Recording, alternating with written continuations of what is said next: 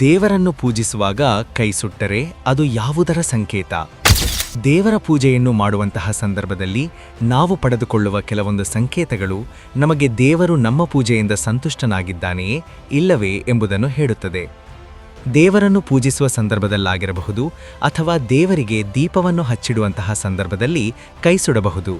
ಇದನ್ನು ಅನೇಕರು ಸಾಮಾನ್ಯವೆಂದು ಪರಿಗಣಿಸುತ್ತಾರೆ ಹಾಗೂ ಇದನ್ನು ಮರೆತು ಬಿಡುತ್ತಾರೆ. ಆದರೆ ಇದು ತಪ್ಪು.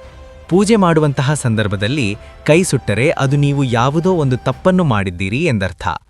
ಅಂತಹ ಸಂದರ್ಭದಲ್ಲಿ ನೀವು ಮಾಡುತ್ತಿರುವ ಪೂಜೆಯನ್ನು ಸರಿಯಾದ ವಿಧಿವಿಧಾನಗಳ ಪ್ರಕಾರ ಮಾಡಲು ಪ್ರಯತ್ನಿಸಿ. ಪೂಜೆಯು ದೇವರಿಗೆ ಮೆಚ್ಚುಗೆಯಾಗಿರುವುದರ ಸಂಕೇತ.